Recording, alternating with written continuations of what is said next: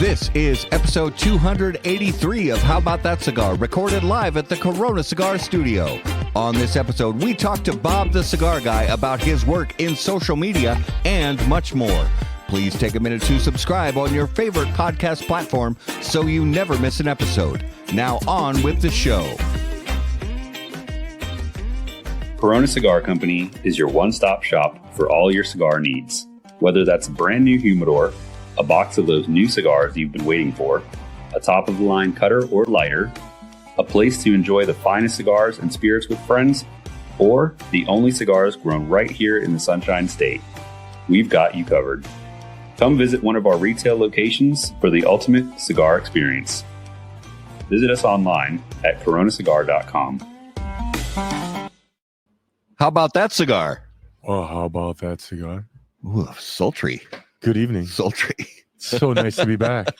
Good evening, everybody. Welcome to episode 283 of How About That Cigar Live. Thank you so much for joining us live on Facebook, live on YouTube, and live on Rumble! And if you're listening after the fact on the audio podcast, guys, thank you so much for making How About That Cigar a part of your regular audio podcast rotation. Join us in the comments as always. Let us know what you're smoking. Let us know what you're drinking. We have a fantastic special guest coming up in just a couple minutes. And of course, click on all those big, beautiful buttons. The like button, the subscribe button, the follow button. Smash them all. Smash all those buttons, because that way you won't miss anything going on with How About That Cigar and How About That Cigar Live. So back in the studio, we took a week off for St. Patty's Day. One second, please. Yeah. 1 second. Oh. Justin, bring your ass. Bring your ass in this here. Now let's speak. Now we can speak. Wait. What did you speak of? Where are we? Were you here last week? We weren't. We weren't here last. Were you here last week? Were you here last week? Because we were not here last week. Let me look into the fields for this one. Do you see that gerbil that got away? Maybe from there's somebody between one of those rows of tobacco behind you, and that you can ask if they were here last week.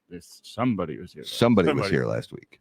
We were not here last week. We were not, because it was a holiday. It was. What was it? Did you Happy Drunken enjoy St. Patty's Day? Did you do anything for St. Patty's Day? I smoked a barber pole cigar the day afterwards. There you go. That's a celebration. My wife had to have some corned beef and cabbage. Cabbage. I haven't had corned beef and cabbage in years. We did some St. Patty's Day stuff kind of on Saturday, and then we spent the evening together on Monday kind of as a family and did some family stuff. That guy stole my name. We're gonna have to share that. You're gonna have to the big sexy number 2 on there. I love that. I mean, if you're gonna have a YouTube name, you better have it. That's big sexy right there. That's a good name right there. Okay, so the baseball regular season starts on Thursday. So Minnesota Twins 3-game homestand in St. Louis Cardinals. So this might be the first time for the rest of the year that they're in first place. Twins are not looking good for 2025 already. Yankees are looking pretty good. So your we team lost our ace, so that kind of sucks. So we better buy somebody real quick. I think you'll be all right. The Twins are looking rough. I think the Yankees are going to be okay. You guys, you start off against the Brewers. Brewers pretty good. So we'll see how it goes. I'll have a couple beers and spank their ass. So the Timberwolves actually are kind of on a run. The Timberwolves they've won 9 of their last 11. So they're on a little bit. They're playing now. I don't, if anybody feels like giving live scoring updates while we're on, please leave those in the comments. And the Wild are not wild. Well, they're in that stage where it's the Minnesota sports stage of what we call giving false hope. Mediocre. Because Kaprizov is still out, and it's so funny because they're like, "Oh, Kaprizov's coming back. Kaprizov's coming back. Kaprizov's coming back," and then they keep extending his timeline like by another week and another 2 weeks, and it's like at this rate, Kaprizov will be back after the season's over. It's not looking good, but they've won some good games in the last few weeks. Mm-hmm. But again, this is that Minnesota sports fan stage of giving false hope. Giving hope. Speaking of Well, false hope, the Wolves lost. yeah, they just lost. Oh, they lost. Yeah. 119. Okay, the so barber and the cigar company. I like him or her already. Don't know who they are, but I like you. I like it. So it's pretty fantastic that I have another Yankees Another fan Yankees here. fan out there. Yeah, because there are so few Yankee fans in the world. In Minnesota, there are a lot of Yankee haters. Well, it's because you always beat us. Yeah, The Yankees always beat the like a Twins. drum. What are you gonna do? Like a drum. You know. Boom, boom, boom, boom, boom. And What else? What else is going on? sports in the world? wise, that's really, I mean, Final Some Four, do- or not Final Four, but March Madness is going on. There have been, some decent games, none that are like absolutely outrageous that I've seen. Yes, but I was gonna say in hockey. Oh yeah. Speaking of hockey, Wild are down 2. Oh, Wild are down 2-0 Right right now. now. So there you go. There's some dude. False hope. There's some dude out there. I forgot his name, Ovechkin or something like that. Some ski Mm. That's about to- Ovechkin. that's about to take Gretzky's. He already did, I think. Did he see? He got nothing outscored left from the '90s. Gretzky. Well, okay, but does that mean that actually? Well, no, we'll talk about it. Does that mean that Gretzky is no longer the greatest of all time? No, that's like saying is Michael Jordan not the greatest of all time? He's Thank still you. the greatest of all time. Thank you. Yeah, Gretzky is still the greatest hockey player of all time, And then it's Mario Lemieux right after. you're probably That's just my right about opinion. that. That's You're my probably right about that. And then is Michael Jordan the greatest player of all time, even though LeBron has scored more points than him? Well, he's been playing for 50 years. What the hell? You expect? Exactly. If Jordan played for 50 years, it'd be Yeah. incredible. Well, again, he's not even number 2. LeBron's not. I don't think. I think Kobe is number 2. Yeah, the Black Mamba definitely I number think 2. Kobe's number 2, but that's just my personal opinion. And then you got Shaq. LeBron. I put LeBron at number 3. I put him all at 7. time. 7. Yeah. Okay. Hmm. I put him 3, top 5 definitely. But He's definitely a marathon man. He's well, got I mean, that. is Awesome. the fact that he can Timeless. keep playing as long as he has played, and he plays at a really high level. Don't get me wrong, he is outstanding, one of the best physical athletes of all time, but better than Michael Jordan? No. Psh, No. give me a break. Not even. All right. Let's do some reads. Let's do some drinking. Let's do some partying. Let's we got do that. Bob waiting for us. Let's jump into tonight's spirit of. I'm all fired up tonight. I know, I love it. know? I love. That's because we took a week off. We're like Let's not do that we're again. like the bull in the gate, written, just waiting Ready to for him. buck somebody off. Exactly. Let's do this evening's Spirit of Mystery, brought to us by Postania Cigars. Do you find yourself unsatisfied with the top 10 list from How About That Cigar? Are you wondering how cigars from Postania didn't make the HBTC list, but found their way onto other lists? Well, fortunately, you can be reminded every week with this Postania Cigars advertisement. Postania Cigars, the #1 unranked cigar in the industry. Can you see something for a second? Yeah. Look at Bob's face. He looks really bored. No, he's just he's in the zone. He's like the bull waiting for that, Yes, that gate to waiting for flip. that chute to open up. Yeah, exactly. All right, let's bring our special guest onto the show. And as always, on How About That Cigar, special guests brought to us by our friends at Drew Estate. And the new Freestyle Live event pack features a unique Dominican forward expression. Today marks a new chapter for Drew Estate by introducing a silky smooth blend that places Dominican tobaccos squarely in the spotlight. This Dominican forward blend brings together Drew Estate's signature premium sweet cap and the highest grade Connecticut shade wrapper leaf.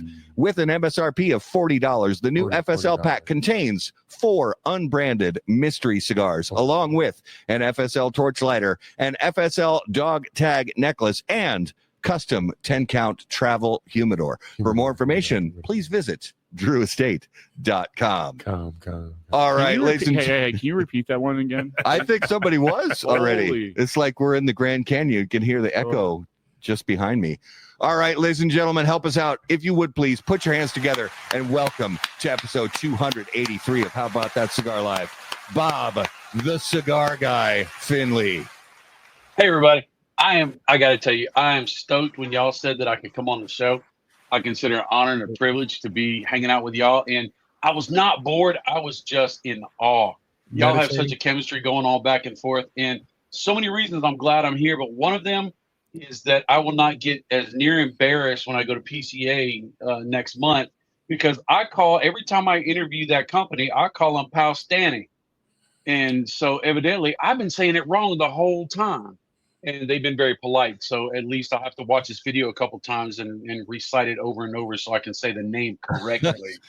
Then when you get that right, you can try saying Mike Stephen Cabbage. Yeah, try saying his last. I mean, all their words are hard to pronounce. Their company name, Mike's last name. It's all good. I don't know of many people that pronounce all that correctly. Right. I didn't. The first time I got to interview Steve Saka, I called the cigar to Mi Cuerda, and actually, I think it's the first time I ever laughed on video. It's still one of my cherished moments. I made the man laugh early on. I'm going to call it driving that rider truck around. Mi Cuerda. Mi Cuerda. I'm going to call it that from now on. I just realized that I didn't talk about the Spirit of Mystery. I went right through the ad read and I didn't even talk about it. I was on your tail. You were. So it's a rye. We have a rye this week, and here's the little close up of the glass right there. So we have a rye this week. Aroma is fantastic. Definitely got that spicy note to it, and I did just take a little sip of it actually, but it's got the spice. Like when you get a spicy cigar that, gets those kind of peppery notes back there. Yep. And this definitely has that. So is this, can I ask for a hint if this is one that I've had before? Do you know if I've had this one before? Yes. I have had this. Okay. I'll keep drinking it. We'll reveal it later in the show. Okay. So Bob, can you do the same thing? Tell us what you're drinking tonight, because I like this story and I like what you're drinking. And it just hit Minnesota not too long ago, I think. So Chief's not in here. The first lead's not in here. So I know what I'm drinking. And I know Corona Cigar is one of your sponsors. And I have some of this Horse Soldier Barrel Select by Corona Cigar Company. It came out a couple years ago in one of their pairing setups. And what I loved about the Horse Soldier is that movie 13 Strong. One of the fellers that was in there, actually, when he got out, he started a distillery. And he actually talked to the people around September 11th, and got a piece of the trade center and took that steel and turned it into the mold to make the actual bottle. So that's in homage to everything that was going on through September 11th and then there right after. And the story's great, but the bourbon stands on itself by itself. It's delicious. It's delightful. It's lovely. And I toast this to you fellers. Toast to you too, brother. Back at you, brother. Cheers, everybody. Salute. So you went inside. He was telling me about that. I'm like, oh yeah, we gotta. Oh, absolutely, yeah, we gotta 100%. The collection needs a. We gotta, yeah. Let's go. We'll go down and visit Mr. Borshowitz down in good old Florida. They have them here too, but no, I know, but I'd rather get it. Oh yeah, I'd rather go. Yeah, we need a trip. Now, are y'all gonna go to Barn Smoker this year in Florida? No, sir.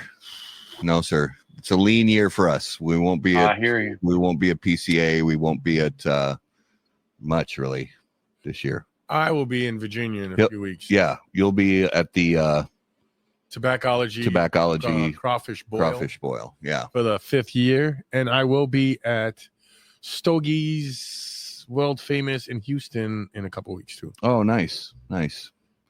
Yeah.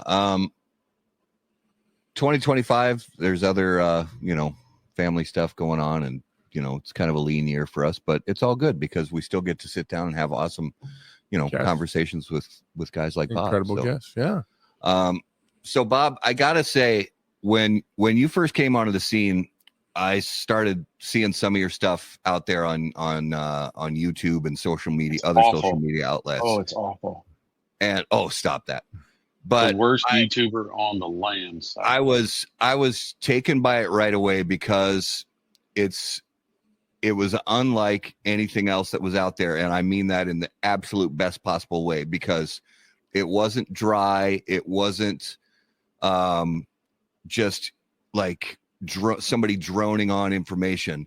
You make it fun, you make it interesting, you make it kind of over the top and irreverent, and bring all of your personality into it. So before we get into the ins and outs of how you do what you do on social media, I'm curious, and I know our viewers are as well, How did you get started in cigars, and how did that lead to you doing stuff related to cigars on social media?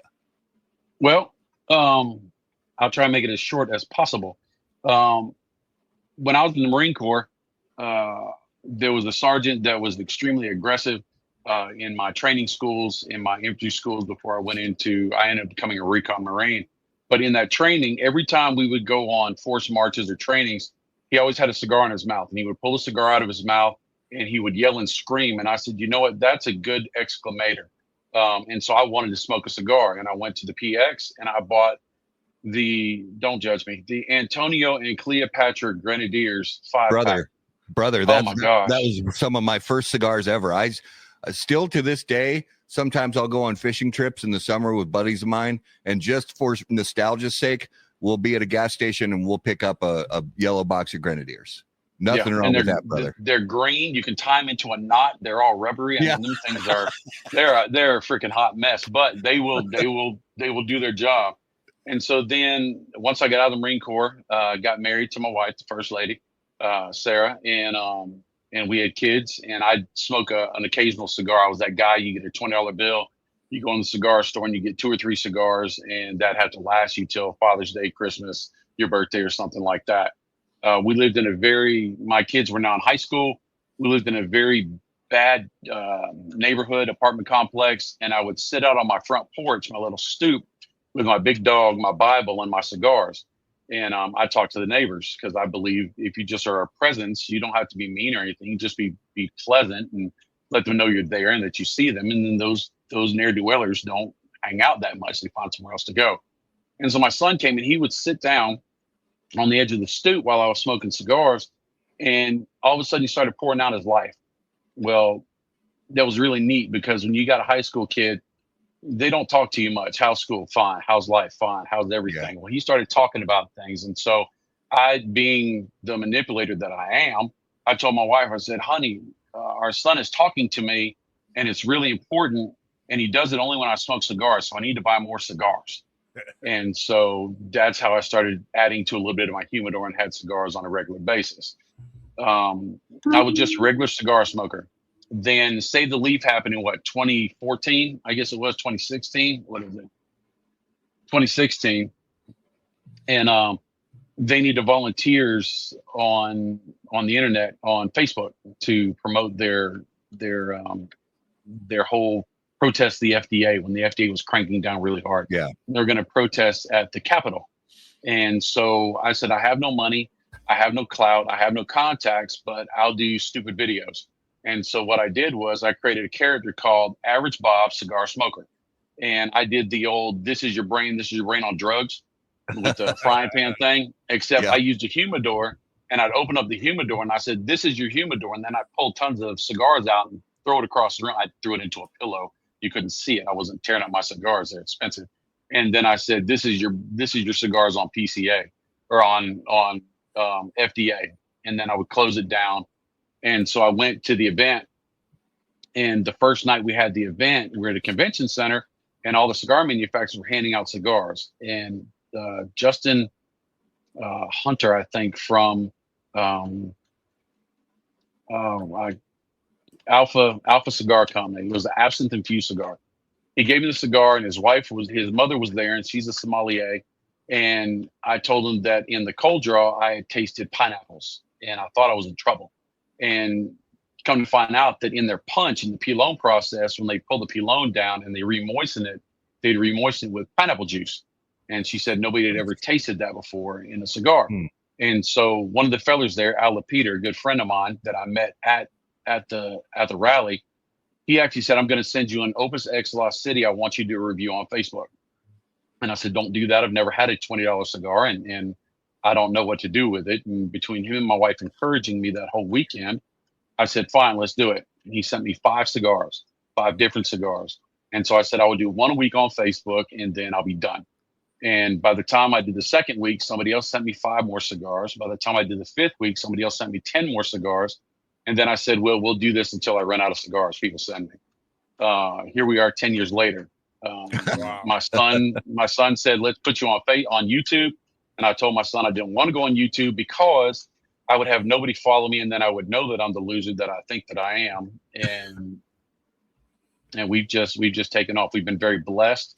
Lots of travel, lots of opportunities to meet great people. I get to be on How About That Cigar live YouTube channel. I mean, what the heck? I mean, I have now arrived.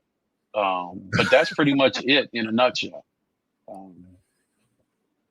Yeah, it's such a cool thing to see, and I encourage everybody, and we'll have you plug it again at the end of the show, but I encourage everybody to, find Bob the Cigar Guy on social media, because especially the and I may pull this up in a minute if I can find it, but the short that you did on Instagram, the reel you did on Instagram, making fun of that girl with the ASMR Bentley video with the fingernails tapping on it. I mean, I was already a fan, and that one like sent me over the top. Like this guy just gets it. He gets the sort of the funny, it's okay to be irreverent, and it's okay to be, to laugh at ourselves and that kind of thing. Do you feel like sometimes the cigar industry takes itself a little too seriously? I think some of the cigar personalities do. Okay. It is an artisan craft.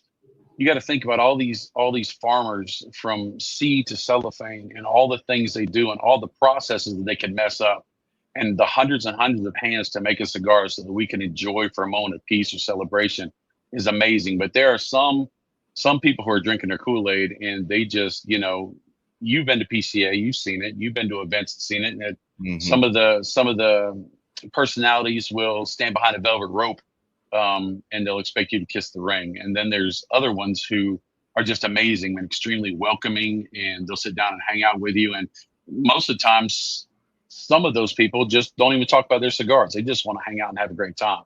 And I find it to be such a great community. And the fact that we as cigar smokers, usually when you go somewhere, you take an extra 3 or 4 cigars because somebody might want one. I don't know of any other group where people say, hey, I'll bring a bunch of extra of whatever I'm bringing to the group, and I'm going to share with everybody. And usually people don't share their junk cigars. They share their best cigars because they want you to experience the lifestyle, because they know the peace that it gives you. It's amazing how we can take a bunch of rolled up dried leaves, set fire to them, and that smoke just transcends something that gives us the ability just to grieve or to joy or to fellowship or whatever. I find it amazing. I think if the world smoked more cigars, I don't think the world would be as bad a place as it is right now. Amen, brother. Oh, Amen. that's so true. I want you to talk about, before you get to your question, let everybody know what you brought for us to smoke tonight. We are smoking a overrated Tatuaje again. Stop. The Karloff line Yeah. that Tatuaje puts out is one of my favorites. And they came out with the Boris Karloff here last week. It's a smaller version of it. It's freaking phenomenal. As soon as they came out, they were there and gone. So don't go looking for them. If you do, just send them to me. They're no good. For safe disposal. For safe disposal. Yeah. Also, I noticed your hat. Are you a Buc-ee's fan too? Oh, Bubba, I love Buc-ee's. Beaver nuggets and clean bathrooms. Are you kidding me? I don't even need gas when I stop at Buc-ee's. I love me some Buc-ee's. Is that not the greatest place to stop at, dude? Oh, it's fantastic. It's a redneck Disney World. That's what it is. I tell you, I love that dang place. And my wife loved it too, and the kids love it too. So they don't fuss and say, "Come on, let's go." It's not like you're in Home Depot and they're ready to leave. I mean, they want to hang out too. And I do find it funny that the women still have a long line for the bathrooms. Fellas can just walk right in and walk right out.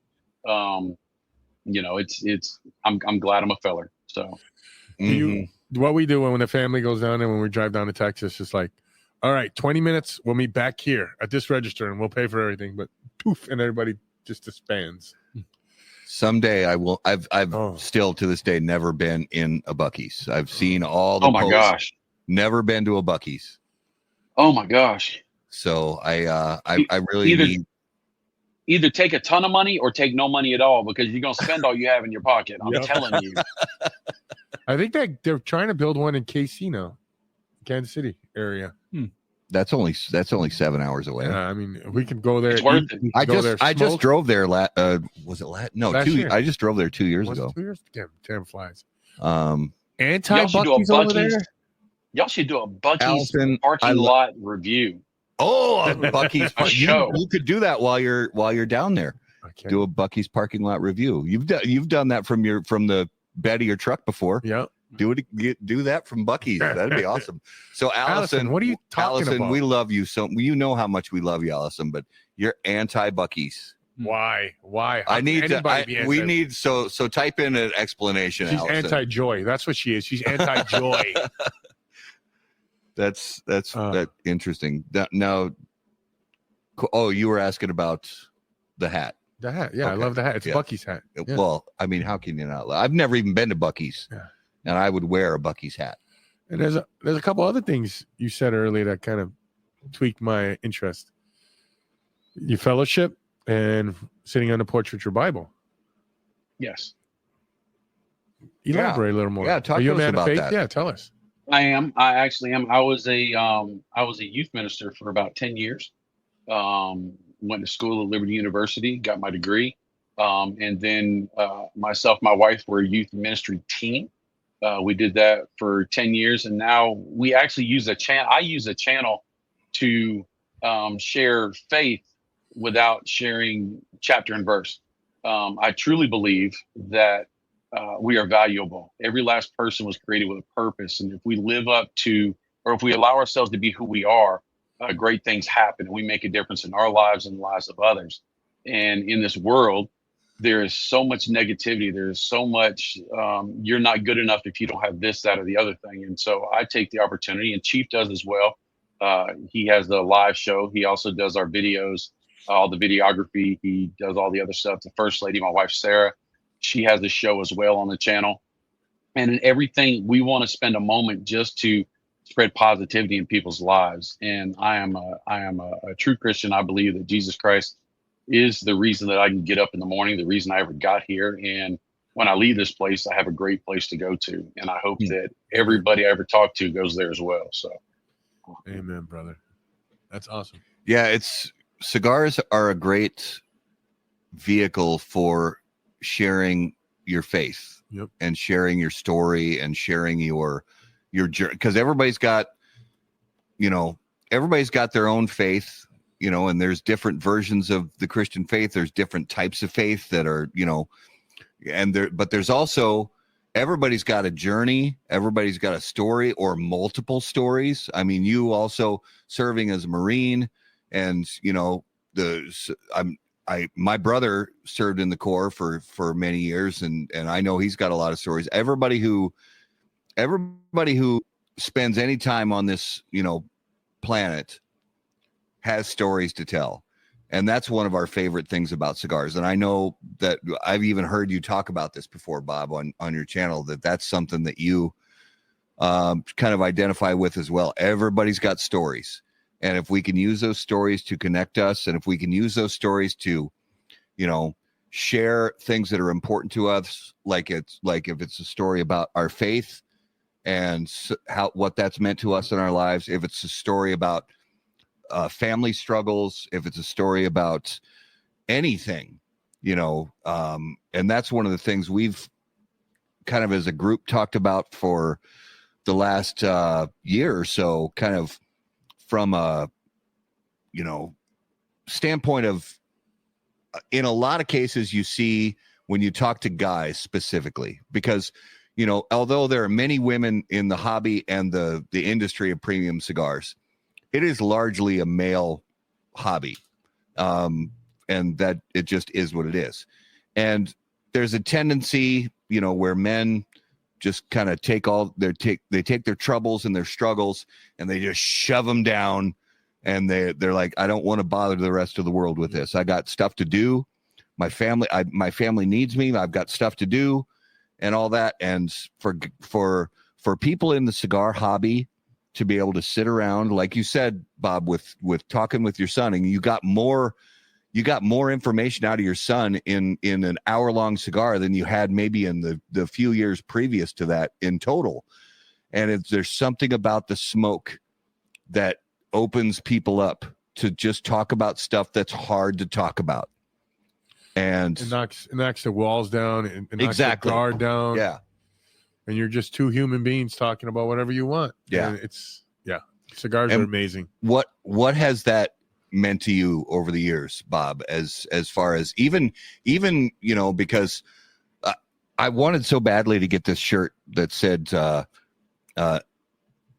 niche internet micro celebrity, just because it's like, okay, nobody really knows me, but at certain cigar events, I might see, one or two people that are like, hey, you're the guy from How About That Cigar? And I'm sure, Bob, after this many years, you'll be at a barn smoker or some other event and somebody will say, hey, that's Bob the Cigar Guy. And what does that mean to you to have a chance to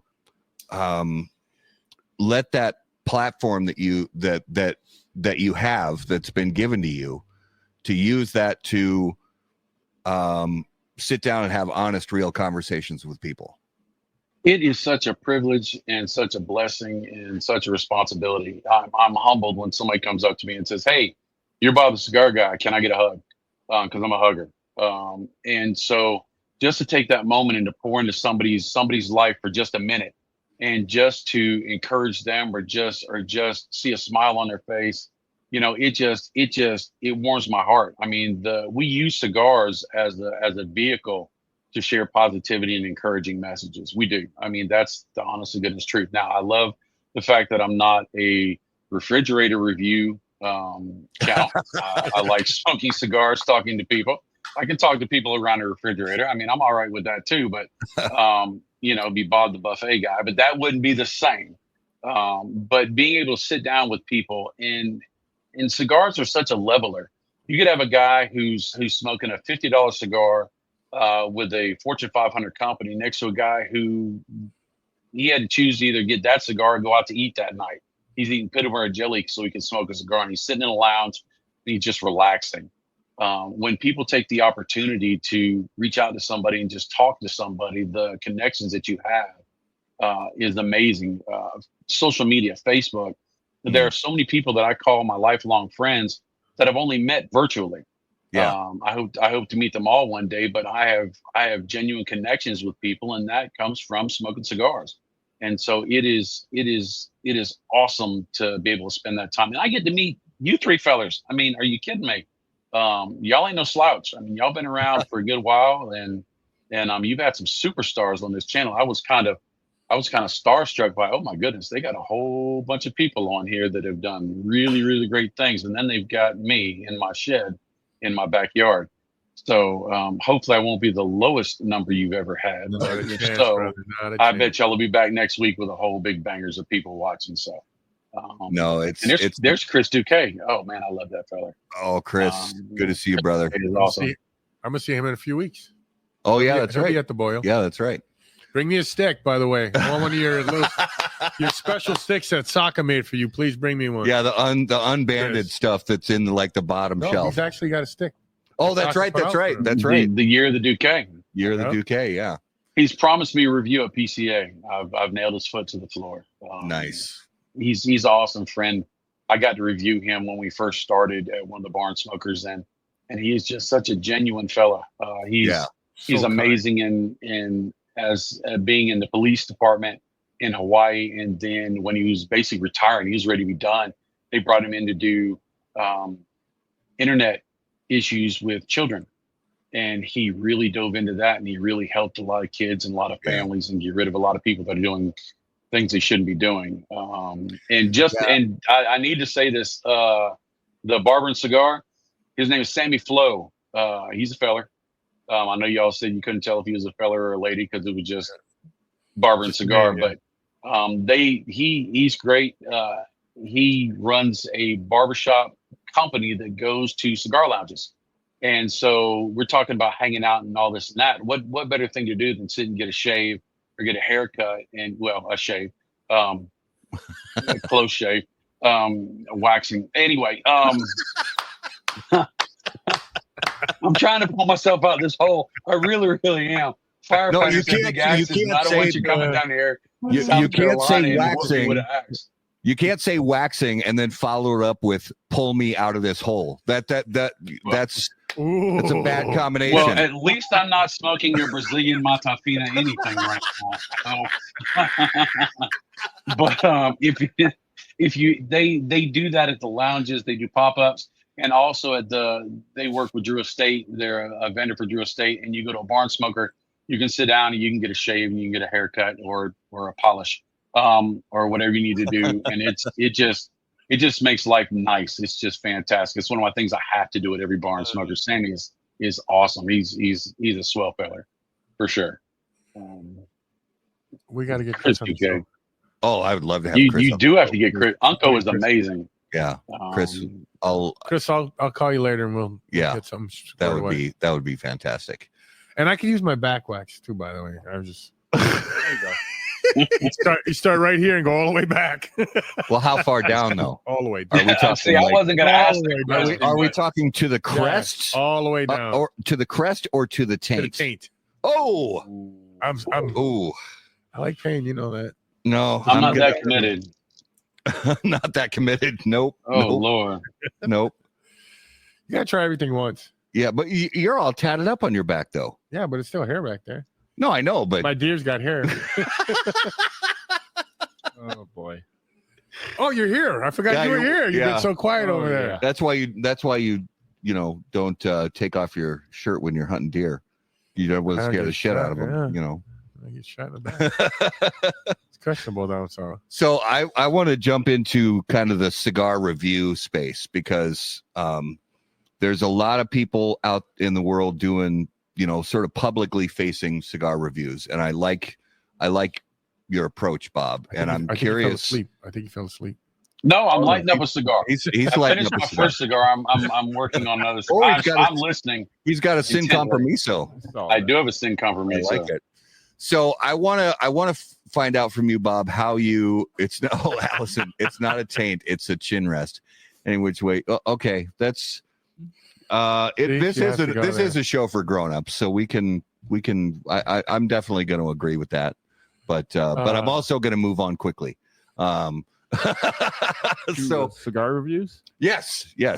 So Bob, I'm curious how you approach a cigar review, whether it's what you decide you're going to review and kind of the steps you go through, sort of your checklist, and how you like to get the information across to the consumer.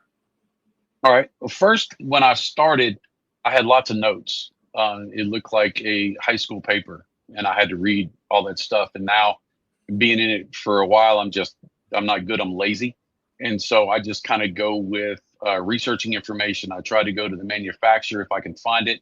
If not, I will go to places like Cigar Dojo, Cigars Daily, Half Wheel, Cigar Coop, Cigar Craig. I'll look at their stuff. And when I look at those, I don't look at the taste and the flavors and this and that. I don't want to have somebody else's thought in my head when I'm doing it, but I like to get the information, the binder, the filler, the wrapper. If I find something that's really interesting about it, like let's say the Amazon basin, how they had that Berganca tobacco, which comes from the rainforest, wherever the sunspot drops in the forest, that's where they plant a seed. And then the whole process of them getting that tobacco out, I thought that was really neat. So I shared that. Then I try to talk about what I taste. I have what I call the quad system, which is the four things: smoke, draw, burn, and flavor. Smoke, draw, and burn, you can quantify. Has it got a good burn? Has it got a good draw? Is there a lot of smoke coming out of it, or there's no smoke at all? And then the flavor is pretty much, it's not my job to tell you if a cigar tastes good, because just because it tastes good to me doesn't mean it tastes good to you. Some people like lasagna, some people like baked chicken, some people like fish. And for me to say I don't like fish, and so anything that tastes like fish is bad, that's not the truth, because cigars are one of those things that you could have you three fellers be smoking the same exact cigar from the same exact box in the same exact room, and you're going to get three different experiences based upon what's going on in your head right now, what's going on in just your emotions, what's going on, and what's in the palate, because everybody's palate's a little bit different. And if you eat hot stuff all the time, you're going to be a lot more prone to enjoy Mexican San Andreas with a peppery wrapper. But if you like very mellow and muted flavors, you're going to lean towards something like Wagashi or Silver Mesa Elegante and Cedar or something like that. And if you like the flavors, then you're going to go into an infused place. And so I try to explain the flavors as the best I can, and I try to tell stories about it. One of the flavors that I don't like reviewing that happens in a number of cigars is what I call stillness. And the only way to describe stillness to somebody is for me is to say that if you went into a gentleman's study in one of those big, huge houses where the rich people go and they do all the big hunting back in the game hunting, and you've got the big globe with the alcohol inside of it and the leather bound volumes from floor to ceiling in the big walls, and you just go in there and you get that smell, and that's the smell of stillness. And so I try to describe the flavors in a way where it gives a word picture that hopefully you'll agree with me. But I'll tell you right now, if you smoke a cigar and it does not taste like anything that I say it tastes like, you're right, because it's all about you in that moment. That's a great you point. That ash and that tobacco is all that you have. So yeah, I like that. That's the first time I as far as I can remember, that's the first time I've heard anybody say something so absolutely true. If you smoke that cigar and you don't taste any of the same things I tasted, you're right. And that's so absolutely, it's all subjective. You know, you're right. When it comes to burn, smoke production, and draw, those are absolute. Yep. And flavor is completely subjective. And yeah, there's some people that like pepper and some people that don't, and some people that like earthy, musty, kind of like grandma's basement kind of vibes, and some people that can't stand that kind of vibe from the cigar. So, but I have to be honest. Yeah, I do know a couple people, and I don't want to be negative here, but that just have shit palates. Well, I think I'm sorry, it's just the truth. I agree with you in a way. So to the point where if you get somebody, let's say that you talk to 20 of your friends who've all smoked this new cigar, and they give you their opinion on it. And then you look online and you see a lot of people that you respect who also have smoked and reviewed that same new cigar. And let's say the vast majority of them gave it, say they really enjoyed it and they gave it a really high rating. And then you get that one friend who's like, that cigar sucks. Yep. It's okay to make fun of that guy. I'm good with that. And then you ask, well, how many? Maybe not make fun of him, but I make fun of him. You just you give him the business. Then you got to ask him, well, how many cigars you smoke? Was that your first cigar of the day? Right. Was your palate clean? What you have. And then they start telling, well, I smoked 7 that day, and then I finally had that one. And well, shit, yeah, it's going to be bad. So I'm not supposed to eat a whole jar of pickled pig's feet and apple pie before I try a new cigar for the first time. If you like pickle cigars, Pickled cigars. That's a new infusion. New infusion. Oh, there we go. Oh, pickled eggs. See, we are of the same cloth, Bob, because pickled foods, I don't care what kind of food it is. I don't care if it's cucumbers or string beans or beets or ham hocks or eggs. If it's pickled, I am here for it. I love pickled foods. Now, one thing that's kind of a northern thing, Bob, that you may not have tried before. Pickled herring? Pickled herring. No, I have not. Ooh. All right. I'm going to figure a way to get some pickled herring to you. Now, I've had surströmming. Is that the same? No. That's rotten fish. I ain't never having that again. That's actually like lutefisk? That's actually intentionally rotten fish. Oh. I would never do that to you. I love you too much, Bob. I would never do that to you. We did a video. Yeah. And it's one of the most horrifying things you could ever have in your presence. But I would never do that to you again. I would never make you go through that again. Pickled herring's solid. Pickled herring is delicious. It's this, herring is a light, mild white fish that's pickled in this just fantastic brine that's just the right mix of salty and sweet. Is that really a northern thing? Well, it basically comes from, Scandinavia, Norway, and that kind of thing. And it's so there's so many of the people from that part of the world settled in this area. Yeah. That pickled herring is on just about every store shelf you can walk into here in Minnesota. I bet you can't get it at Buc-ee's. Oh, No. I bet you can't. I bet you can't. If it starts moving up north, you will. But it's delicious. Pickled herring. So Bob, I am going to find a way to get some pickled herring to you. It's So not, you can try it it's because not that hard. We'll go to a local grocery store, grab it, pack it, and send it. yeah, we'll just ship some to you. I'll do a review of it. I'll give y'all a shout out when I do it. Oh, we would love that. We would love that. So kind of that, What were we talking about everyone. We were talking about something. we were talking about reviewing Oh, cigars, there we go. Sorry. but talking about, different foods that different people like, also wanting to know from you if you're, because I know as the days and the months and the years go on, you have less and less time to just smoke a cigar for your own enjoyment and your own relaxation. So when you have those moments, what are your favorite things to sit down and put together with a cigar, whether it's some kind of distilled spirit or beer or chocolates or food, whatever it might be? What's your favorite thing to put together with cigars? I'm pretty plain. In the morning, it'd be coffee, a little cream, a little sugar. In most of the rest of the day, it's usually Diet Pepsi. I drink a lot of Diet Pepsi. On review days, when I'm reviewing cigars, I may do, some people say green tea, but I do like a seltzer water just to keep my palate kind of clean between reviews. Yeah. As far as food pairing, it feels kind of weird to eat food and smoke at the same time. I've done pairing videos and I've enjoyed them. I just find myself that when I come out to the studio to smoke a cigar, I usually have not planned. I have not said, oh, I'm going to pick up this to go eat this and that and the other and hang out. I always have a Diet Pepsi in the fridge. I'll pull that out if I'm going to hang out for a good while and I want to tip the elbow just a little bit. I grab one of the bourbons I have on the wall back there and I'll enjoy that. I also got it from Corona Cigar as well. The Patron Double Añejo. It's fantastic to pair with cigars because it has a lightness like a rum, but it has a barrel char like a bourbon.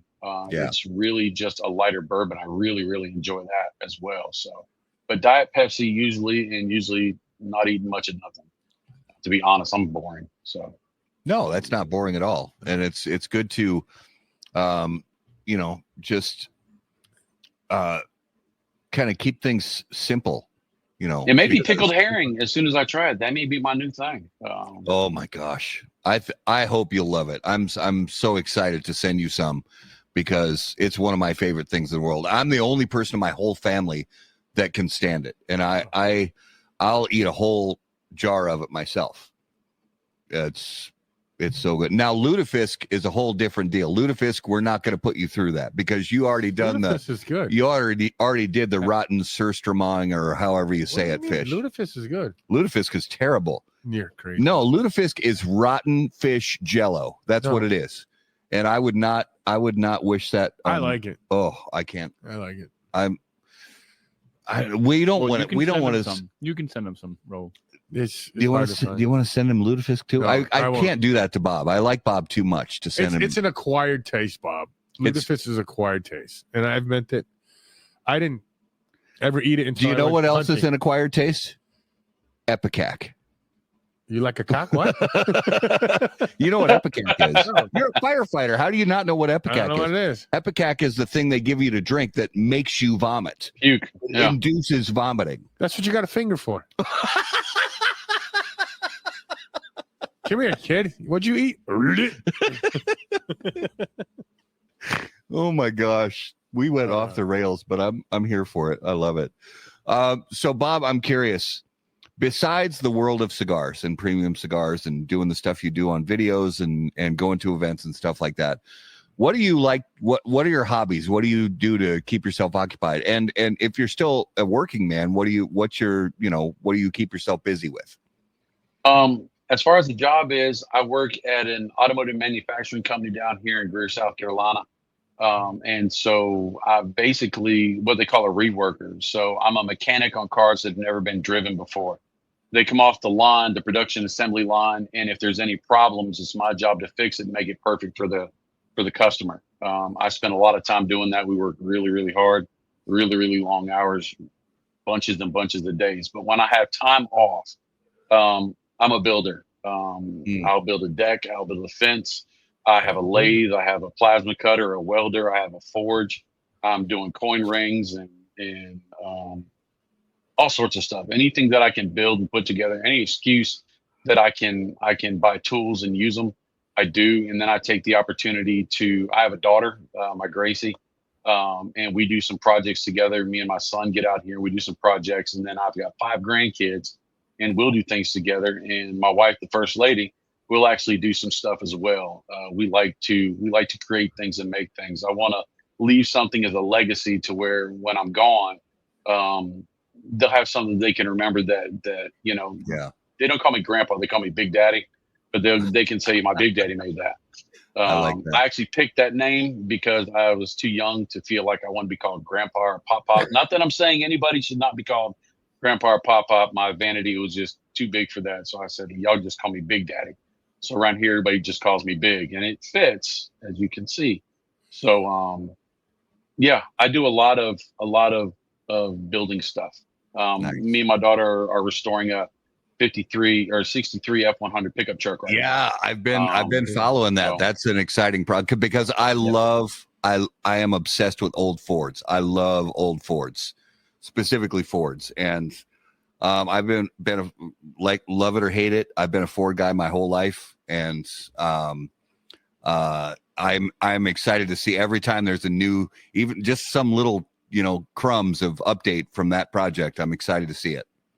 well, I have a lot of experience in it. I went to school to be a auto body, and then I went to mechanic school. I went to machining school, and then welding. And then I worked for a British race car and restore company for a while. And then I ended up doing my own company where I did hot rod and customs and all that good stuff. So I spent a lot of time around the cars and my kids grew up in the shop. So they were around there, and I do a lot of stuff with my son with the channel. And so that's mine and his kind of niche that we do together. And my daughter wanted to do something special with her dad, and I'm blessed for that. I love my Gracie. And so she said, let's do a truck together. And so we're working on building a truck. And so that's pretty cool. And the grandkids get involved, and it's a great time. Nice. Bob, do you want to share what company you work for? Sure. I work for BMW in Greer, South Carolina. Nice. Neat fact about that, we put out about 500,000 cars a year. We put out more cars than any other BMW plant in the world. And we produce more cars that are exported out of the United States than any other car manufacturer in the United States. And I'm proud of that because we send the money, we get the money from out of the country and bring it back into the country, which is really, really cool. Very cool. So a few years ago, I'm struggling to remember how many years ago it was, but you and I were actually on one of the Cigar Dojo sort of impromptu the Cigar BQ, which if anybody, if you're watching this show, you already know what Cigar Dojo is. Cigar Dojo He's is awesome. Some of the best in the business, and they, the stuff that they produce and they put out there, and they do this Cigar BQ thing every year. And Bob and I were on there on the same episode for Cigar BQ, probably 4 years ago. I want to say 4 years ago. It's been a good while. And I'm curious from your standpoint, as far as there's different styles of barbecue across the country, Texas style, Kansas City style, Carolina style, Memphis style, that kind of thing. What's I'm sure you're biased based on your locale, but what's your favorite? My South Carolina style, with a spicy red sauce. My son is pretty much a pit master. He can barbecue up anything. He could do shoes and you'd still eat seconds. I mean, he's good at it. And so, any of the pulled porks, any of the sliced porks, any of the ribs, anything like that, really is my go-to, and I'll eat a bucket load of it. And you were talking about Cigar Dojo. Eric is amazing. I got to go to the last cigar safari from Drew Estate. We got invited, and it was a media. Half the people there were media, and Jack Heyer was there. He was working with Drew Estate. Jack Heyer used to work with Eric. That's how I got into the industry. And Eric was there, and I was petrified because here I was, a T90, tiny little nothing, and I'm sitting here next to him. And so we talked for a couple of days during the safari, and I said, "Is there any way I can do a review with you of your Drew Estate cigar?" And he was so kind. And so we sat down and we got to do a review on the veranda, which was one of my red letter moments. Yeah. But then the last day, it was chewing at me. When you have masters in their craft sitting there and you don't ask them questions, you're about an idiot. And so I looked at him and I said, "We got a long ride back to the airport, and I just want to ask you some questions." And Jack Heyer has been a good friend of ours for a long time, me and my son. And so Jack said, "Yeah, go ahead, ask your questions." And so I started asking Eric questions, and I just kind of laid out where our channel was. And so he says, "Okay, you need this kind of lighting, you need this kind of microphone, you need this kind of this, and what kind of editing software do you use?" And I said, "Oh, I guess I need to get a computer." And because at that point, we had a shed, but we had electricity run from drop cords from the house out here. And we ran a 200-foot coax cable or Cat5 cable from my internet connection inside the house behind the TV out here so that we could broadcast.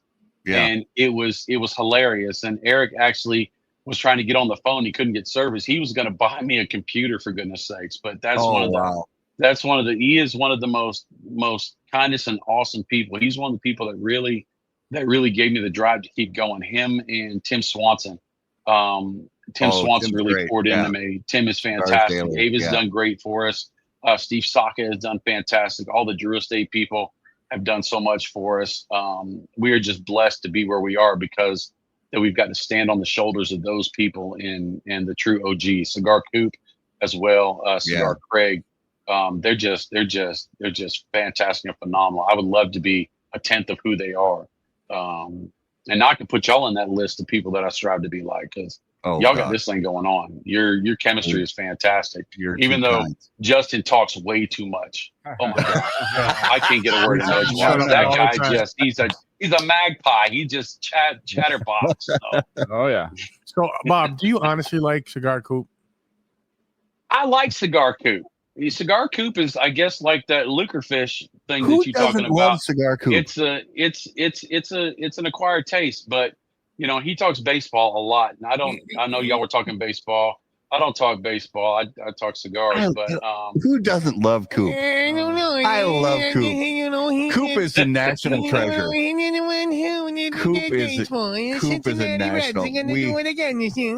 We love. He's going to listen to this. And he's going to give you Mr. Sponsored background. He's got the biggest sponsored branded background of anybody I know. And I watched the first time. I'm like, oh, we're going to be talking about Espinosa or whoever was on the back of there. And he's talking about somebody totally different. I'm like, how does Espinosa not get mad that his name's on there when he's talking about somebody else? And it's Coop. Coop is Coop, right? You can't get mad at love Coop. Yeah. We love him. I just like busting his balls every once in a while. Well, Bob, I gotta say that I agree with you so much about, the Eric and Jordan and everybody from Cigar Dojo, because back 10 years ago, actually more than 10 years ago, when I joined just as a fan, I get on the app and I join Cigar Dojo and I start interacting and posting and get involved on the Cigar Dojo app and made a lot of great friends through, like you mentioned before, some of the people that you consider great friends you've never actually met in real life. And that was me on Cigar Dojo. And then they had their first ever Drew Estate Cigar Safari for Cigar Dojo. And when they announced that, I signed up right away. So I was so fortunate in 2015 it's so funny because before I booked a trip. I talked to my wife about it, and I said, hey, I'm going to go to Nicaragua and tour some cigar factories. And she said, who are you going with? I was like, some people I've never met before.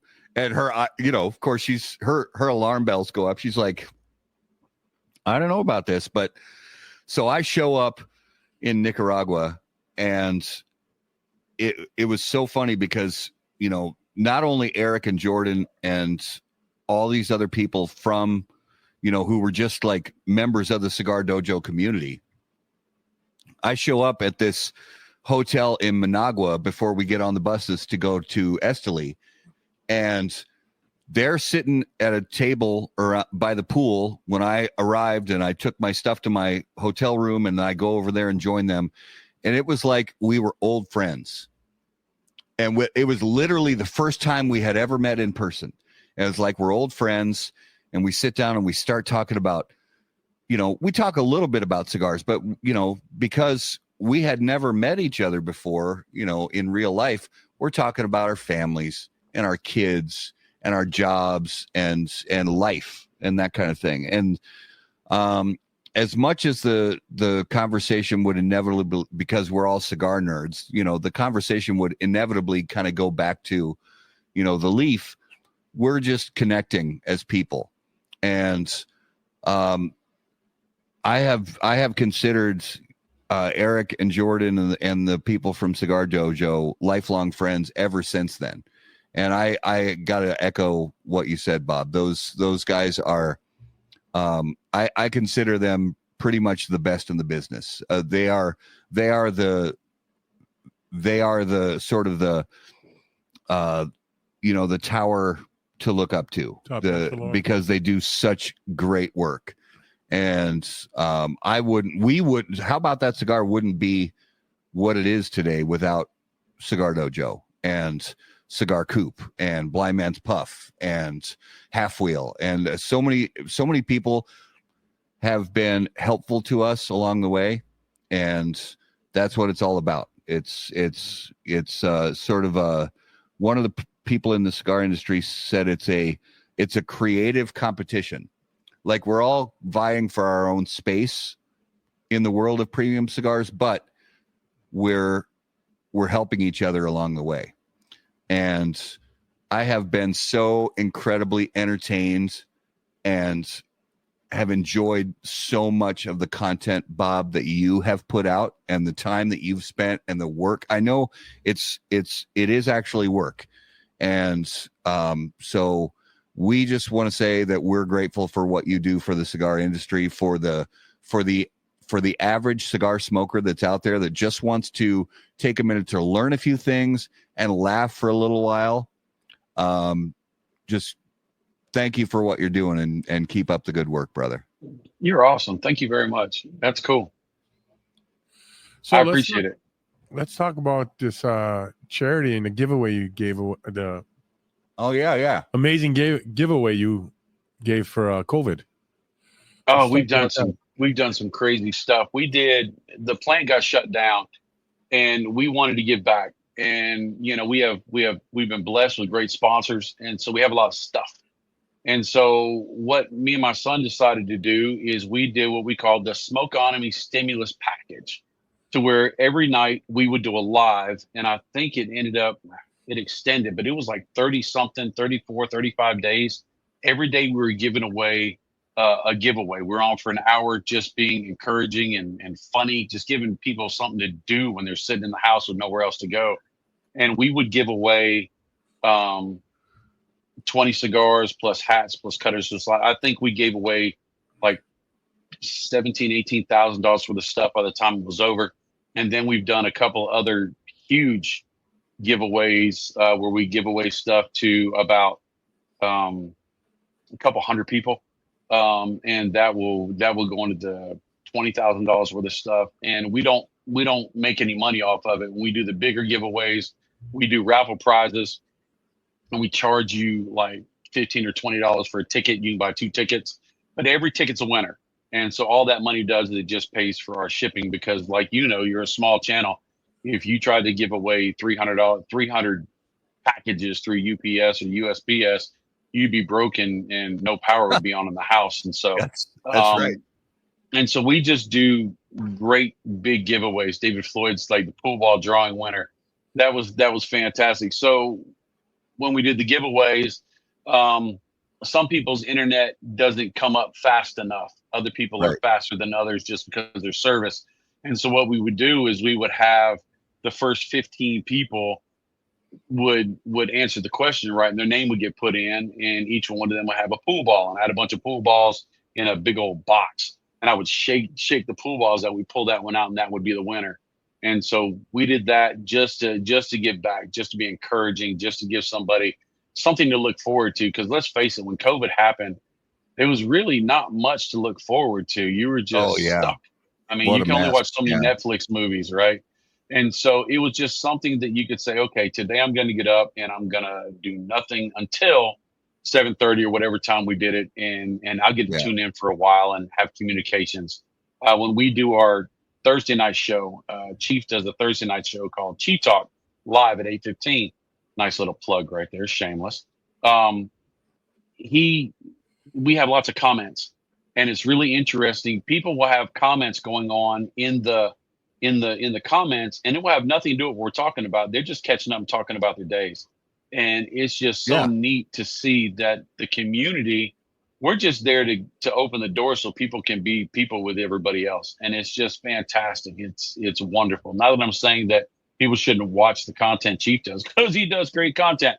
But if they just want to sit there and laugh and talk with each other, we are more than comfortable with them doing that as well. So Yeah. we do huge giveaways. We just started this year, January, second Saturdays with the First Lady giveaway live. It's every second Saturday at noon. It's not this month because we're going to be at PCA. We won't be doing it. We'll be doing it later. But you come on to the show. First Lady is not a cigar smoker. She loves a cigar smoker. That's me. And I guess she loves her son a little bit. But she loves us, and she's been to Barn Smokers, and she's been to PCAs, and she's been to lots of events, and she loves the culture. And so she comes at it from a perspective of the people who love cigar smokers that don't smoke cigars. What can you expect, and what is that lifestyle about? And it's an extension of the family. And in doing that, we do huge giveaways. Last week we gave away 12 cigars plus a box of Cubans and a whole bunch of swag and everything else. And so we do that. And the only hook to get people to watch is that you have to be you have to be on to win. You have to be present to win. And so that's one of the things we do. And I got to throw out them shameless plugs when I'm on your international channel, for goodness sakes. It'd be dumb if I didn't. So, that'd be dumb. I'd be dumb if I didn't plug that stuff. So. Plug away. So I'm wondering, Is it time, do you think it's time? Justin? Yeah. It's time. Yeah. All right, guys. It is now time for this week's Numero de los Muertos. All right. So, Bob, Numero de los Muertos, if you're not familiar, it's weird, but it's our viewers' favorite segment of every show. And this week's Numero de los Muertos is given to us or presented by, or however you want to say it, by Toe Jam Footwear. By Toe Jam. Toe Jam Footwear. Wow. Yeah. Yes. Huh? Yeah. Okay. It's a good company. You better watch out for it. Yeah. Coming up. Yeah, they're up and coming. All right. So basically, Bob, I'm going to give a number, and you, along with Justy and Raul and our viewers, get to play 20 questions to try to decipher what this number is of how these people died. It's a number of what the cause of death was for this number of people. It's weird. It's dark, but it's A fan our favorite. absolute fan favorite segment of the week. So this week, the number is, and I know this number is going to hit you like, well, that's broad, but here we go. Okay. On average, approximately 25 to Million. 50 people die every year from this in the United States. 25 to 50. 25 to 50 people on average per year die from this in the United States. Lutefisk. Not lutefisk. Not death by pickled fish. Pickled fish, no. No. Magical Nuru gel. David, He's not supposed to put that on your pee-pee. you're one of our favorite viewers. I don't even want to Google that. I'm scared to Google that. I'm not. No, I don't think my brain could handle what search results come up from Googling that. Is it land or sea? Land. Are animals involved? Animals are not involved. So, Bob, you get the gist of it. You just, break it down, find, locations, causes, or activities, that kind of thing. Oh, because I was going to say it's not husbands who don't know if they've been married 26 or 27 years. You better hope she doesn't She's watch watching. this. You know Oh, she's she is. watching. She loves me. That's just She does random. love I you. just thought that out of my head. We didn't talk about I it. know. That could be Our car's involved. that could be as high Are as vehicles involved? vehicles are not involved. Okay. Is it weather related? It is well, okay. So Uh-oh. it can be weather related, but it's a very, very small subset in this particular stat. So not death by Christmas tree shaped toys during the Allison, that's a big negative Okay. on This that week. one This week. this week. That's sweet. Is it north or south? I'm not prepared to answer that question. Yeah. Is it males or females? Either.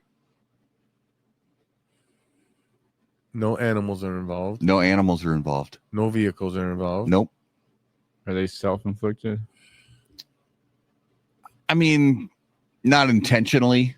Are drugs or alcohol involved? Involved. I'm sure that there's a small subset of these cases where, yeah, people were drinking or doing drugs, but that's not the overarching cause or activity that they're involved in or place or anything like that. Are firearms involved? Firearms are not involved. Allergies or consuming food or drink? Excellent question.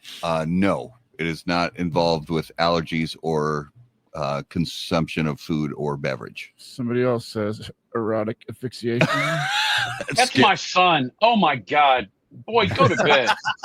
Oh my God. We're supposed to be a family friendly channel, and that's what you come up with. You know what is funny is that's Skip Martin from Romacraft. That's if ever he's watching, and he watches frequently, that'll be his guess. He'll say autoerotic asphyxiation. And we actually did that as one of the Numero de los Muertos years ago, but that is not it. Allison says, is actually the Barber and Cigar Company, is it parasailing? No, it's not parasailing. Allison says, is water involved? No. Not. No. Okay. Hey, you got the Not, thing, not us. not directly. So it's not getting waterboarded to death. No, it's not water. No. The way I'm answering this question should be a big hint, but no. No. Sometimes. But sort of, but no. Yeah, Dave Floyd's got it. No. Yeah, David, you guys understand what I'm saying. Ice. Ice. No, but Steam? no. No. Solid waters, ice. Death by straight razor. Not straight razor. Impaired. Not impaired by ice. I said steam, David. Yeah, not steam. Is it Flatulence involved? No. Is this outdoors? Outdoors, yes. Falling to a geyser? Not falling into a geyser. Is it when you go from the sauna To the ice plunge? No, Having a heart attack? no, it's not related to like rapid temperature change or anything like that. David, I'm so gonna miss you this year. Dave's not going to be at the boil. Nope, he's too cool for us. Oh man. When you go to their funeral, is it an open or closed casket? Oh, that is the first time anybody has asked this in 283 episodes, and that is one of the best questions I've ever heard. Wow. I'm gonna say open. I think open in almost every case. Yeah, that's a great question. Death by Wow. dry sauna. Death by dry sauna. No, Death by slipping. not slipping, not haircuts, not ice fishing, not slipping on a puddle, not eating deviled eggs. Oh man. We tend to If kill it was- others after eating deviled eggs, not ourselves. If they listed it in your eulogy in the newspaper like they used to do, would your family be disappointed, embarrassed, or proud? Good question. I'd say in most cases, I can't speak for every case, but I'd say in most cases, embarrassed. Great question. And Bob is coming with like some of the best Fire. Numero de los Muertos questions I've ever heard. Dry drowning? Dry drowning. What on earth is dry drowning? That's what goldfish do when they fall out of the freaking. Oh, aquarium. no, it's not that. Water poisoning, consuming too much water. Nope, no, we did that one already on the Falling out show. of the Not tree. falling out of the tree. It's not It's a mouthwash. not mouthwash. No, this is a It's not near job. this is a it is a very particular type of activity that people engage in. Are you dressed when you die? Yes, you are not naked. Oh, so it's not Are striptease? you alone when you die? Usually not in this particular activity. Slipping on Diddy baby oil. Wow, you people are just digging deep tonight. I love it. I love it. it. It's not. It has nothing to do with baby oil. David Floyd. What? David Floyd, snow skiing. That is the correct answer. What? What? That is so. How did On- we not get that? On average, approximately 25 to 50 people die each year at ski resorts in the United States, with a fatal incident rate of around 0.74 deaths per 1 million skier visits. So Don't happen in the South. here's the breakdown. Well, So hold on. Colorado's the South. Colorado's No, not south. Colorado's not south. of us.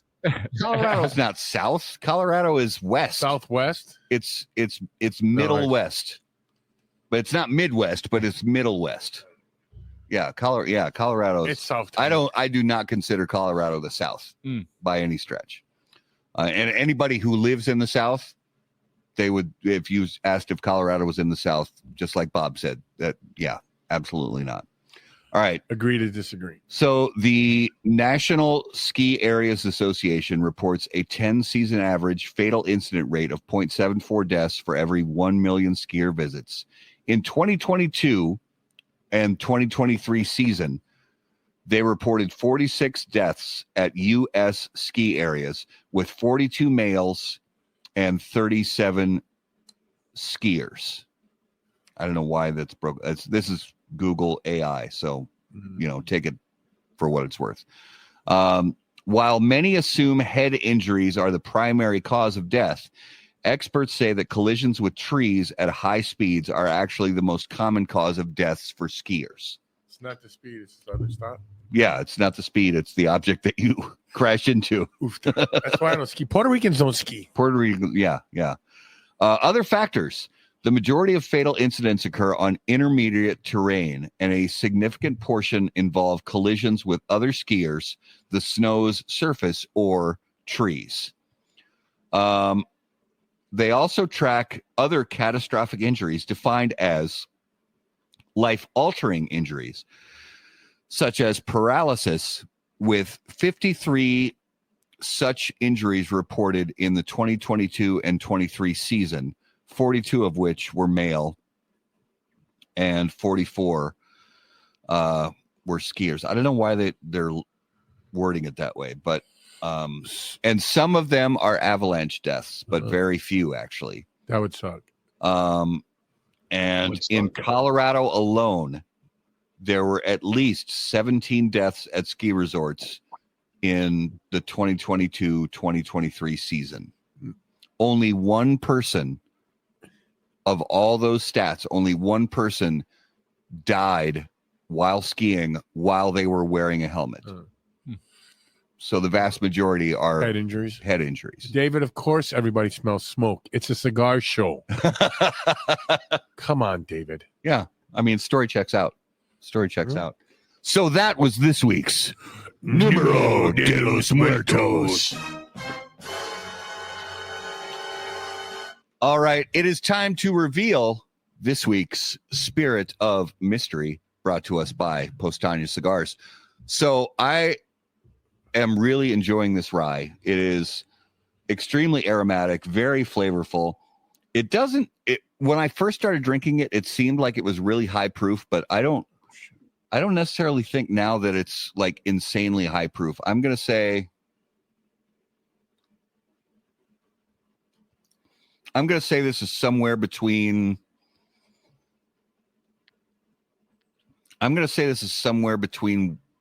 113 and 118 proof. Well, you could be right, because my picture I took of the bottle, I can't read what proof it is. So you could be right, you could be wrong. Okay. I don't know. We can look it up if we get the just the actual name of it. As far as ryes go, I tend to be more of a bourbon guy. And I'm trying to think of your collection as far as what ryes you have. I know you got some Old Elks in there. I think you've got some Whistle Pigs in there. I think you've got some Wild Turkeys in there. I think you've got a bottle of the tall, skinny bottle of the Willet rye. I'm pretty sure. I do. This one has, it does have that rye kind of spice, but there's a lot of natural sweetness to it too, which I really enjoy. Because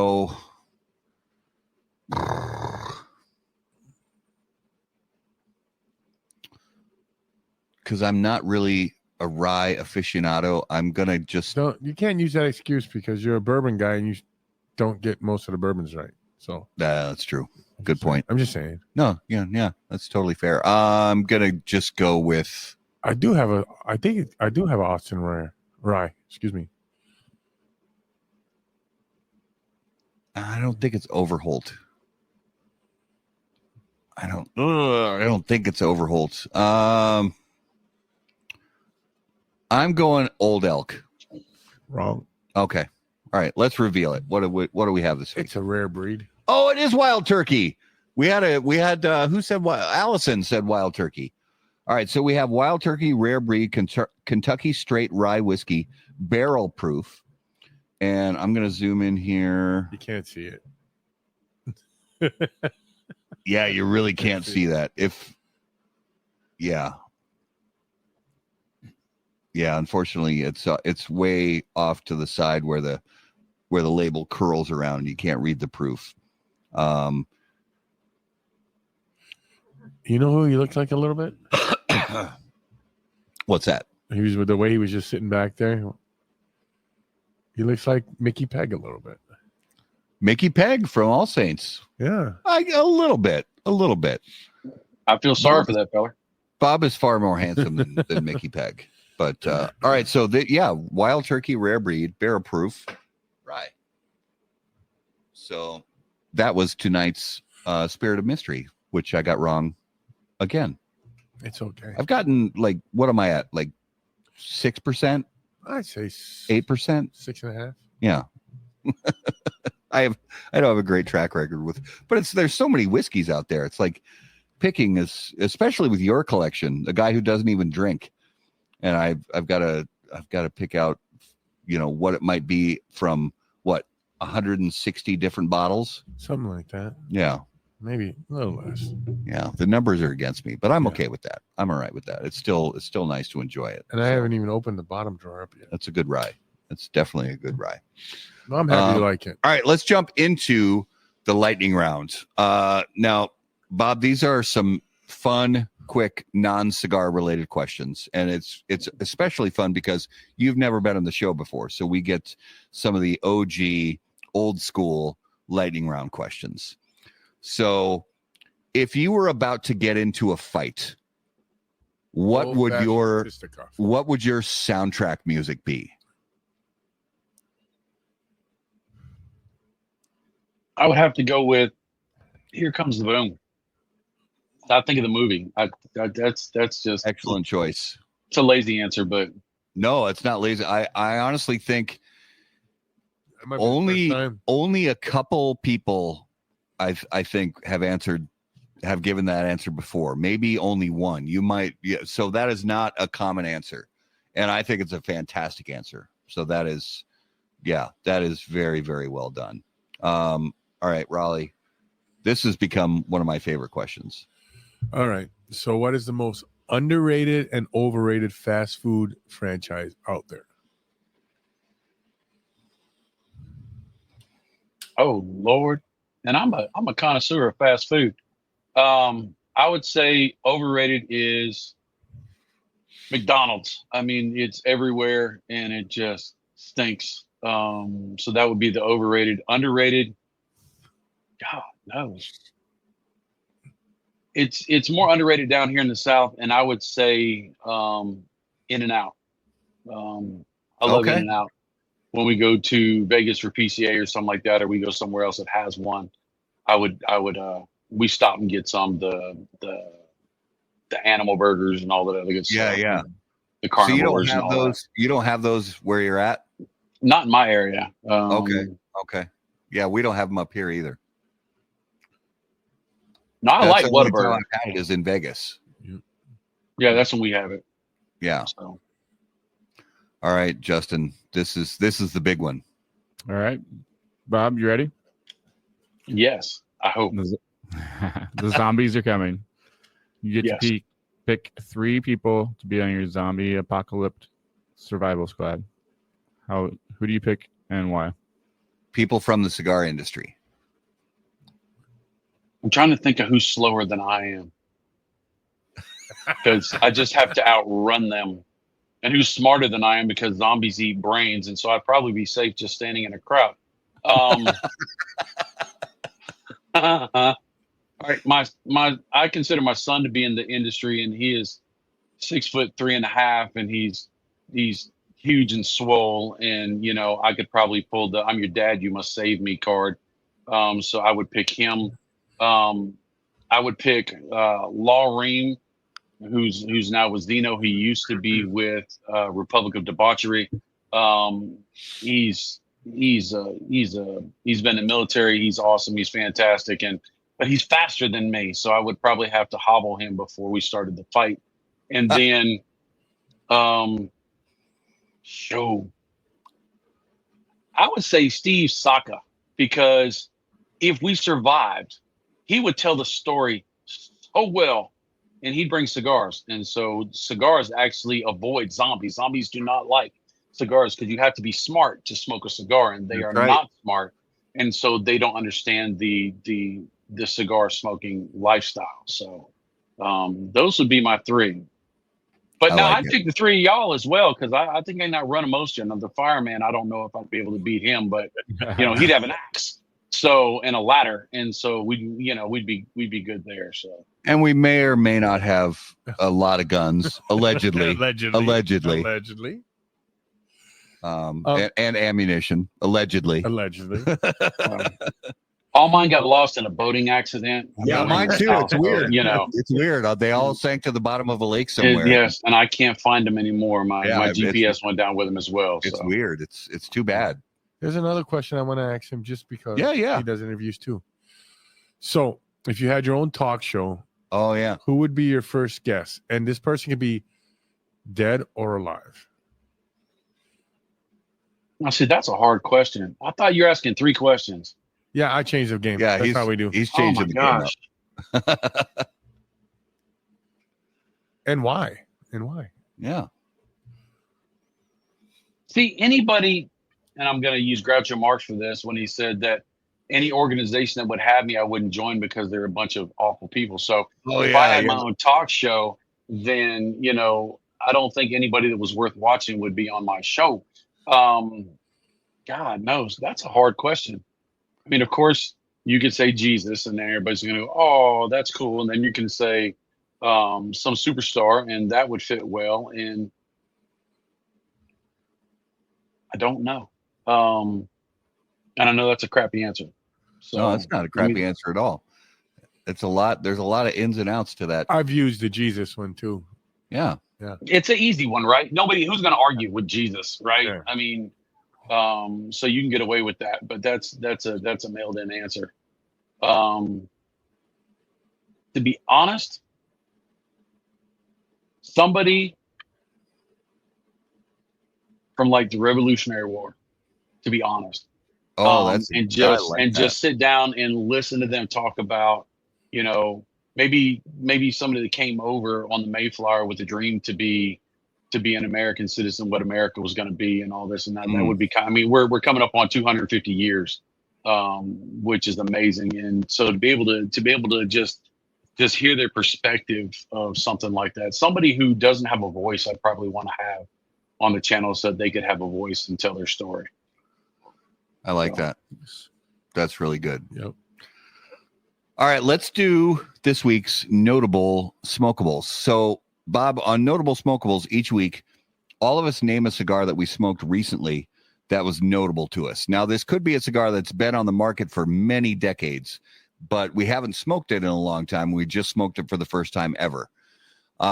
Or it could be a cigar that's brand new to the market that you smoked for the first time. So what's something that you smoked recently that really stood out to you? I'm going to pull it out. Let me find it. Hang on just a second. I have cigars everywhere in my studio.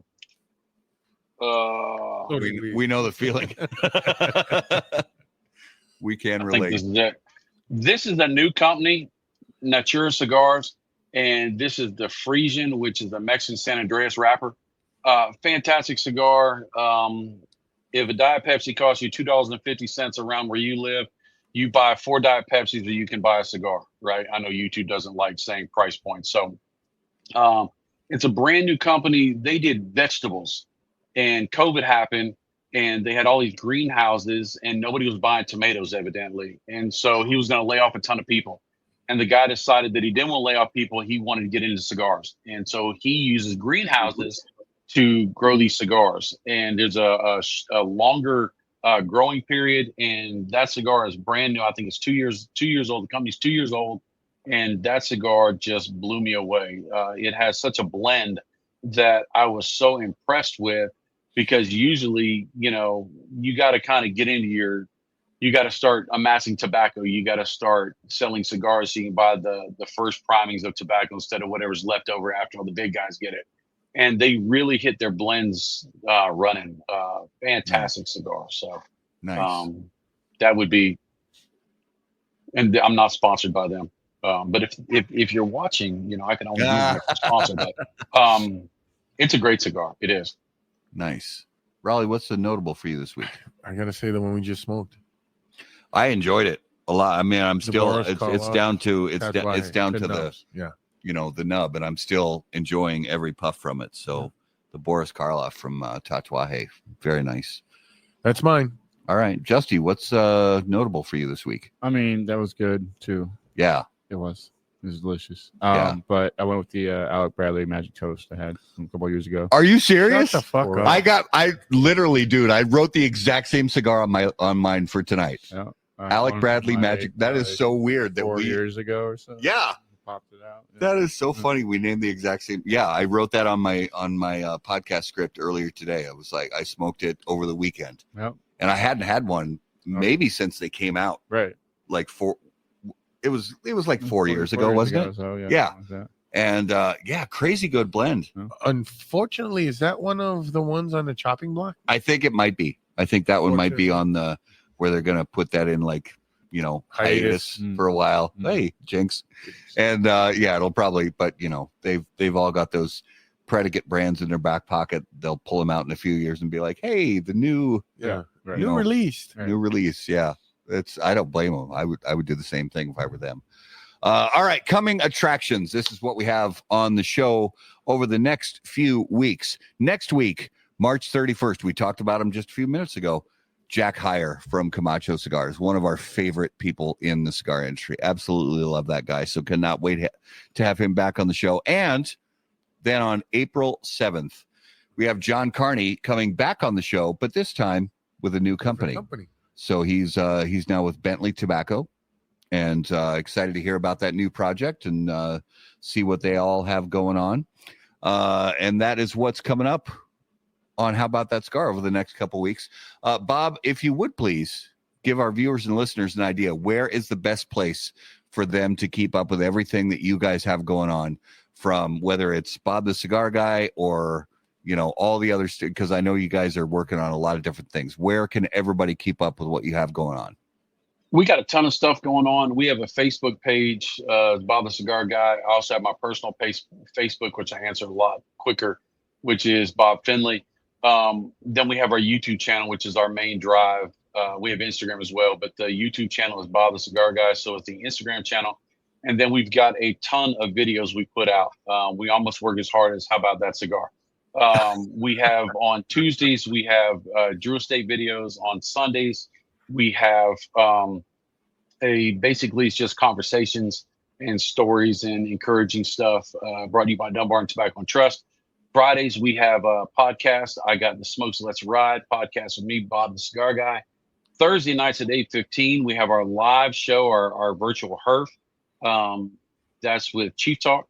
And then what else do we have? We have something else. We're also going to PCA. We have lots of PCA coverage. And every night at PCA, we will have the PCA After Dark live. That will I'll just be sitting there talking to the phone and kind of telling everybody about what I've seen. There are going to be tons and tons of new releases at PCA. And so you kind of get to see what you want so that you can tell your purveyors, hey, you need to pick up a box of this because I'd really like to give this a shot. So I think and second Saturdays with the First Lady live at noon, where you can win those awesome giveaways. You get to see the First Lady and see why I love her so dang much. And I think that's about it, and other reviews and stuff. So I'm a lazy guy. I don't do much work. So, well, Bob, we appreciate all the work that you and everybody, in your family and your team and everybody puts into it. And so grateful to you for being on our show tonight. And we had an absolute blast talking to you, brother. So thank you so much. Thank you. This was fantastic. Y'all make it easy for people to sit here and have conversations. It's like we've been friends forever, and your chemistry and the way y'all flow together, and it's fantastic. I don't have a lot of time in my life, but I'm going to start tuning into y'all regularly because y'all are just we appreciate that. So y'all are just awesome. So thank you for letting me be on. I really appreciate it. Yeah, absolutely, our pleasure. So for our viewers and listeners, of course, guys, we thank you so much for watching and listening. You are the absolute best part of How About That Cigar Live, and we thank you so much for spending your evenings with us. If you have any questions for us, you can email us on the website, howaboutthatcigar.com. Be sure to click on all of the big, beautiful buttons, the like button, the follow button, the subscribe button. Any of those buttons, make sure that you won't miss anything that we have going on, and we do appreciate it so much. Be sure to follow us on all of your favorite social media platforms. We will always be at HBT Cigar. And of course, until we see you guys next time, burn cigars, not bridges. Thanks, guys.